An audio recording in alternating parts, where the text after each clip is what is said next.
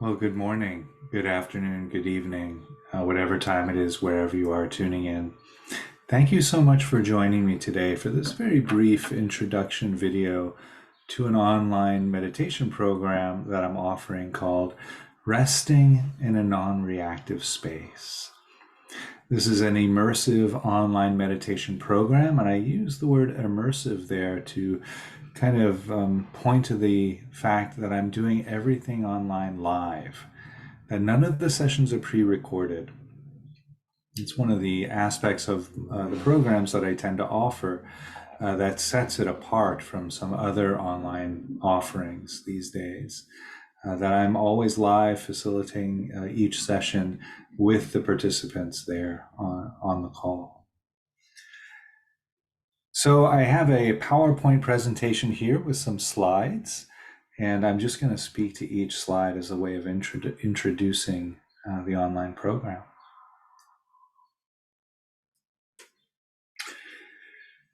So resting, it seems like something that is pretty standard for the human body to be able to rest.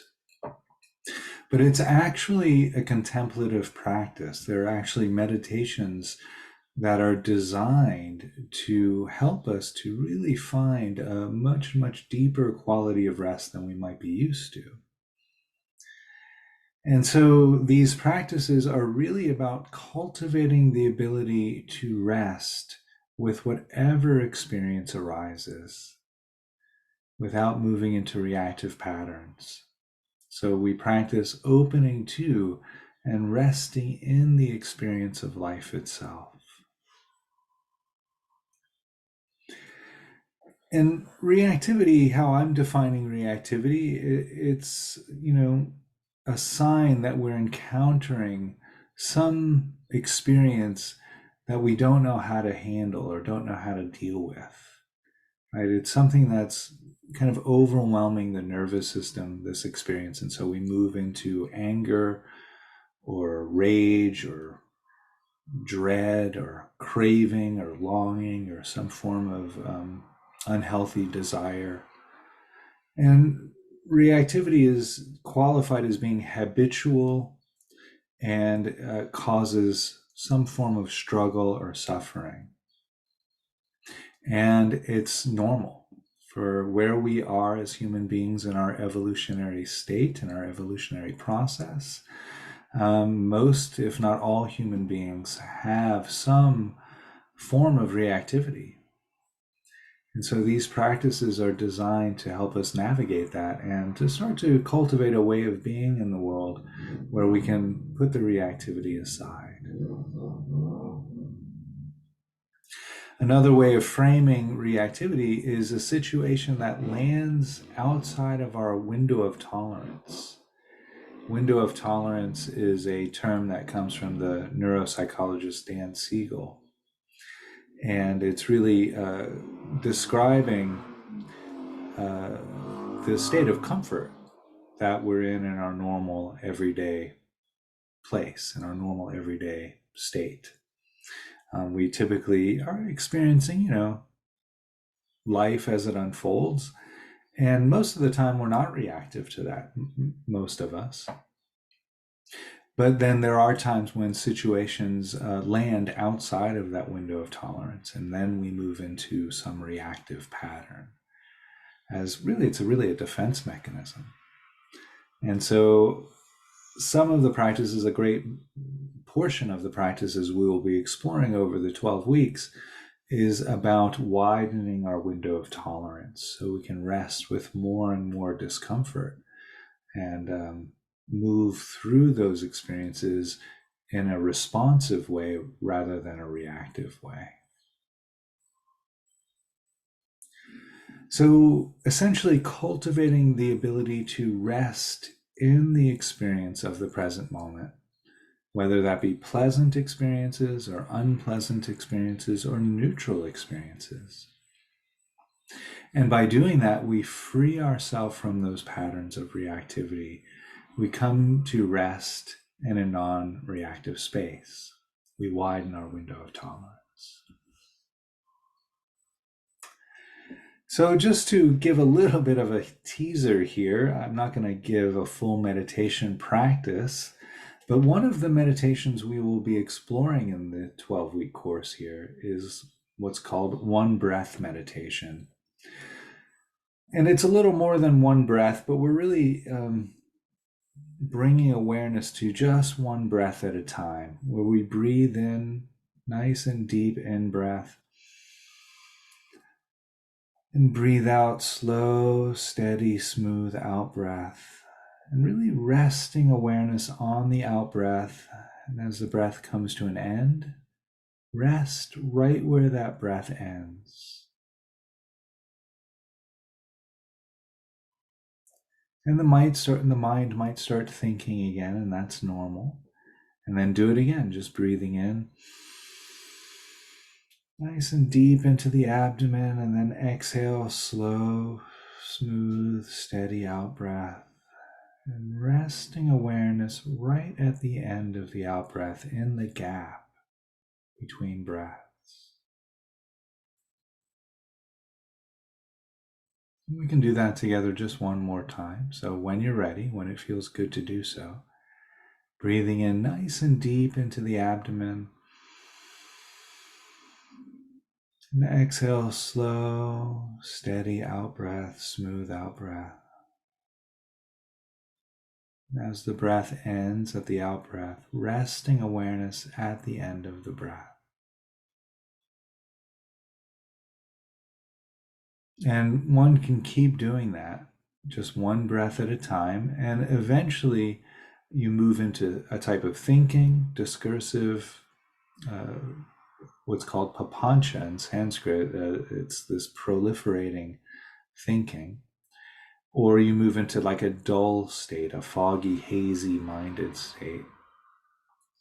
And if thinking comes up, you just let the thoughts go and you start the practice again. It's called breaking the practice, where you look around, open your eyes, look around, and then you come and you start the practice again like that. Or the mind might get dull and hazy, foggy again, opening the eyes, looking around, re-energizing, and then do it again. And that's just one of the practices we will be exploring. Now, the benefit of that is that at the end of the out breath, you might notice just a fraction of a second of stillness. And then thoughts come, and then you break the practice, you come back to the practice, you do it again. And then maybe 2, 3, 4 breaths later, that fraction of a second of stillness becomes half a second of stillness. And then you do a little bit more, and eventually we're resting in a whole second of stillness. And so we keep going with that practice, cultivating a greater capacity to rest in a very still mind, like that. Okay, so that's just a little teaser. I hope you enjoyed that as much as I did. So some of the tools we will be exploring in this program will be drawing from both the Theravada and the Mahayana schools of Buddhism. Although this is a completely secular, non-denominational, non-sectarian course, Buddhism is where I've gotten most of my training. I'd have to say 85-90% of my training is in the Buddhist traditions. So I tend to draw from my strengths in that way. But I'll also be drawing from modern psychology, from modern neuroplasticity, also nonviolent communication, which isn't on the slide. And everything that I offer is offered within a trauma-sensitive framework. Over the past years, I've taken quite a deep dive into trauma and trauma theory and trauma healing, how to work with trauma. I've studied with Gabor Mate and taken some courses with Peter Levine and Stephen Porges and Pat Ogden. So I've really committed quite a bit of time to the study around offering trauma-sensitive programs. And so I really enjoy making these offerings accessible to as many people as possible. And in that spirit, then everything that I offer is secular. There's no religion being offered here. There's no, I'm not pushing any faith or belief system at all.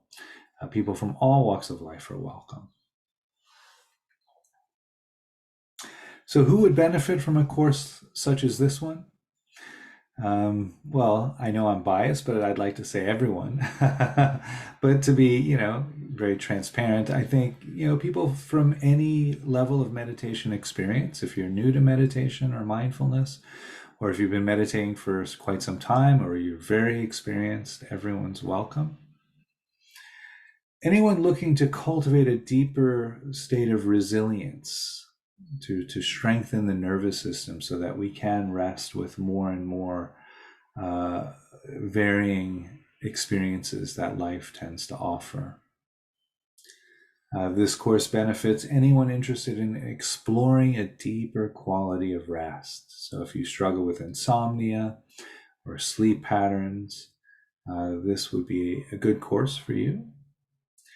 Also, anyone who is seeking to free themselves from habitual reactive patterns. If you tend to move into anger or fear or rage or craving or desire or longing whenever life gets somewhat challenging, this could be a very, very helpful program for you. So the bottom line, the course is Resting in a Non-Reactive Space. It is a 12-week online immersive meditation program. It runs from October 1st to December 17th, and we meet Sundays from 7 p.m. to 9:30 p.m. East Coast time. The price for the entire 12-week program is only $119, and you can find out more about the program and register at my website, suchsweetthunder.org. The fee includes one-to-one sessions with myself, and you can attend all of the live sessions, all 12 live sessions. You could attend just a few of the live sessions or most of the live sessions. It's really at your own comfort. Everything is offered over Zoom and is recorded, and the recordings are made available only to the retreat participants. So I hold the idea of confidentiality in the highest regard. Again, everything that I'm offering is done within a trauma-informed environment and in a secular voice, in a non-denominational voice. And hope to see you on the retreat. I look forward to it. Thank you so much for joining me here, and I will ring the bell to close us out.